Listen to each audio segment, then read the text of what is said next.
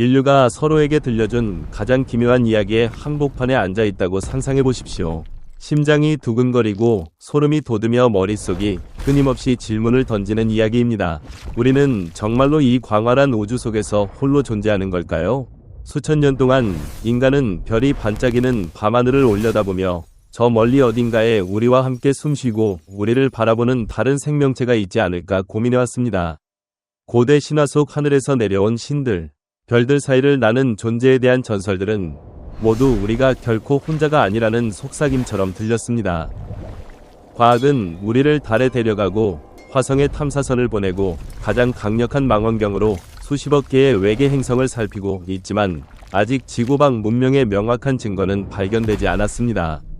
그러나 많은 이들은 마음 깊은 곳에서 오래전부터 우리보다 먼저 진화한 초월적인 지성과 힘을 가진 존재들이 무한한 우주 어딘가에 있으며 때때로 이 푸른 행성을 방문했다고 믿고 있습니다. 오늘 여러분께 실제로 일어난 사건 중 전 세계 수백만 명을 잠 못 이루게 만든 이야기를 전해드리겠습니다. 미국 매사추세츠주에 살던 평범한 주부이자 7아이의 어머니이자 독실한 기독교 신자였던 베티 안드레아슨 루카, 베티 앤드레슨 루카 여사의 이야기입니다. 이 사건은 1967년 1월의 추운 밤에 시작되었으며 역사상 가장 상세하게 기록되고 전문가들이 집중 조사한 외계인 납치 사례로 남아 있습니다. 심지어 2025년인 지금도 미국 정부가 UFO, 즉 UAP, 미확인 비행 현상에 대한 공식 보고서를 잇따라 공개하고 있는 가운데 여전히 뜨거운 논란을 불러일으키고 있습니다. 이 사건을 세상에 처음 알린 사람은 수십 년간 UFO 연구에 헌신해온 저명한 연구자 레이몬드 파울러 씨입니다. 그는 여러 외계 생명체 연구단체에서 활동하며 수많은 목격자와 납치 피해자를 만나온 인물로 1970년대 초 베티 여사의 제보를 받고 크게 흥분했습니다. 당시 베티는 이미 결혼하여 안드레아슨 성을 쓰고 있었고 나중에는 루카로 개명했습니다. 파울러 씨가 처음 베티를 만났을 때 그녀는 매사추세츠의 평범한 주택에서 가족과 함께 조용히 살고 있었습니다. 베티는 자신이 매우 이상한 경험을 했다고 말했지만 기억이 흐릿하고 단편적이었습니다. 작은 체구의 큰 머리와 새카만 눈을 가진 존재들을 보았고 이상한 검사를 받았다는 것만 희미하게 떠올랐습니다. 파울러 씨는 이것이 매우 특별한 사례라고 직감하고 회귀 최면, 리그레시브 히프노시스 이라는 방법을 사용하기로 결정했습니다. 회귀 최면은 심한 정신적 충격으로 잊힌 기억을 되살리는 심리치료 기법으로 UFO 분야에서도 널리 사용되어 왔으나 나중에 기억 조작 가능성 때문에 많은 논란이 일기도 했습니다. 파울러 씨와 경험이 풍부한 최면 전문가들의 철저한 감독 아래 베티는 수차례 최면 세션을 진행했습니다. 첫 세션부터 놀라운 장면이 펼쳐졌습니다. 베티는 깊은 이완 상태에 빠지자마자 1967년 1월 그날 밤의 일을 생생하게 묘사하기 시작했습니다. 그날 저녁은 평범한 겨울밤이었습니다. 베티는 부엌에서 설거지를 하고 있었고 당시 교통사고로 입원 중이던 남편 대신 아이들과 베티의 부모님이 집에 있었습니다. 갑자기 집안의 모든 전등이 깜빡이더니 꺼졌습니다.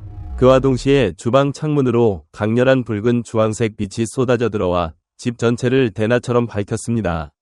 베티가 창밖을 내다보니 소리 없이 공중에 떠있는 발광체가 보였습니다. 비행기나 헬리콥터가 아니었습니다. 완전한 정적 속에서 떠있던 그 물체에서 분홍빛 광선이 뿜어져 나오더니 베티는 그만 정신을 잃고 쓰러졌습니다. 정신을 차렸을 때 베티는 여전히 부엌에 있었지만 모든 것이 달라져 있었습니다. 가족들은 마치 시간이 멈춘 것처럼 움직이지 않았고 눈은 뜨고 있었지만 반응이 없었습니다. 그때 벽을 뚫고 들어오는 존재들이 나타났습니다. 키는 약 1m 20에서 1m 30 정도였고 몸은 가냘프고 피부는 회색빛이었으며 머리는 비정상적으로 크고 눈은 새카만 큰 눈동자가 빛났습니다. 코와 입은 거의 보이지 않았고 팔다리는 길고 가느다랐습니다. 베티는 처음에는 극도로 공포에 떨었지만 존재들이 적대적이지 않고 오히려 평온한 기운을 내뿜자 조금씩 진정되었습니다. 그들은 말 대신 텔레파시로 의사소통했습니다.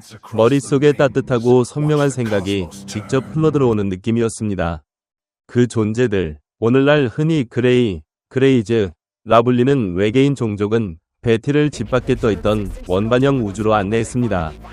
우주선 내부는 상상을 초월했습니다. 창문은 없었지만 벽이 투명해져서 우주를 볼 수 있었고 모든 물체가 스스로 빛나며 필요에 따라 형태를 바꿨습니다. 베티는 여러 방을 지나며 마치 우주 투어를 하는 듯한 경험을 했습니다. 마지막으로 도착한 방에는 하얀 테이블이 있었고 베티는 그 위에 눕혀졌습니다. 전신이 투과되는 이상한 기계로 몸을 스캔당했는데 전혀 고통이 없었습니다. 심장, 폐, 눈, 세포 하나하나까지 꼼꼼히 관찰하는 모습은 미래의 의사들이 환자를 대하는 것처럼 세심하고 자상했습니다. 그러나 검사는 신체에 그치지 않았습니다. 그들은 베티의 정신과 영혼까지 탐구했습니다. 베티는 불꽃 속에서 다시 태어나는 불사조를 보았고 이는 기독교인인 그녀에게 죽음과 부활, 영원한 생명에 대한 강렬한 메시지로 다가왔습니다. 존재들은 그녀의 모든 생각과 가장 깊은 기억까지 읽었고 베티는 우주의 본질을 깨닫는 듯한 깨우침을 경험했습니다. 또한 기쁨, 불안, 공포 등 다양한 감정을 의도적으로 느끼게 해 인간의 감정 반응을 관찰했고 긴 명상 상태를 통해 내면 이지를 시험했습니다. 모든 절차가 끝난 뒤 베티는 빛으로 가득 찬 정화실로 안내되어 온몸의 긴장이 사라지고 다시 태어난 듯한 느낌을 받았습니다. 그 후 그녀는 원래 자리인 부엌으로 돌아왔고 가족들도 깨어났습니다. 가족들은 베티가 잠시 정신을 잃은 줄로만 알았지만 베티에게는 몇 시간처럼 느껴진 긴 여정이었습니다. 최면 중 베티의 증언은 놀라울 정도로 일관되었고 세세한 감정이 살아있었습니다. 눈물을 흘리며 몸을 떠는가 하면 기쁨에 벅차오르기도 했습니다. 파울로 씨는 이 내용을 바탕으로 1979년에 더 엔드레슨 어페어라는 책을 출간했고 이는 즉시 베스트셀러가 되었습니다.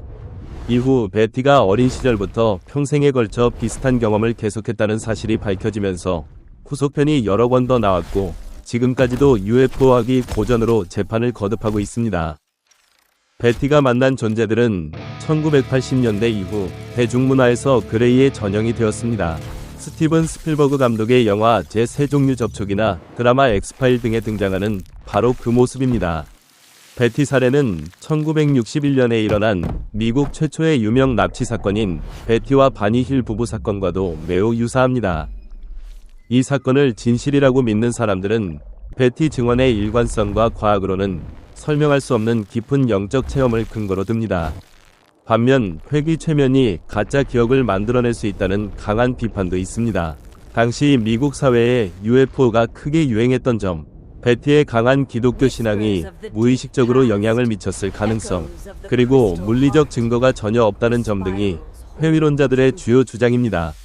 또 다른 해석으로는 초지구 생물, 얼트라테레스트리얼, 가설이 있습니다. 이들은 외계에서 온 것이 아니라 항상 지구와 평행한 다른 차원에 존재하던 초자연적 존재라는 이론으로 불사조나 부활 메시지 같은 베티의 체험은 악마 현아나 민간 전승의 요정 납치 이야기와 더 닮았다는 것입니다. 어느 쪽이든 베티 안드레아슨 사건은 UFO 역사상 가장 유명하고 영향력 있는 사례로 남아 있습니다. 최근 미국 의회 청문회와 펜타곤의 UAP 태스크포스 보고서에서도 이와 유사한 납치 체험 증언들이 언급되며 다시 주목받고 있습니다. 진실인지 환상인지 여전히 알 수 없지만 이 이야기는 우리에게 중요한 질문을 던집니다. 인간의 인식 한계는 어디까지일까? 우주는 우리가 아는 것보다 훨씬 넓고 깊을까? 결국 중요한 것은 답이 아니라 그 답을 찾아가는 여정 자체입니다. 그 과정에서 우리는 더 호기심 많고 의미 있는 삶을 살게 되고 언젠가 그 커다란 비밀이 밝혀지는 날 우리는 우리가 결코 홀로 있지 않다는 것을 알게 될지도 모릅니다.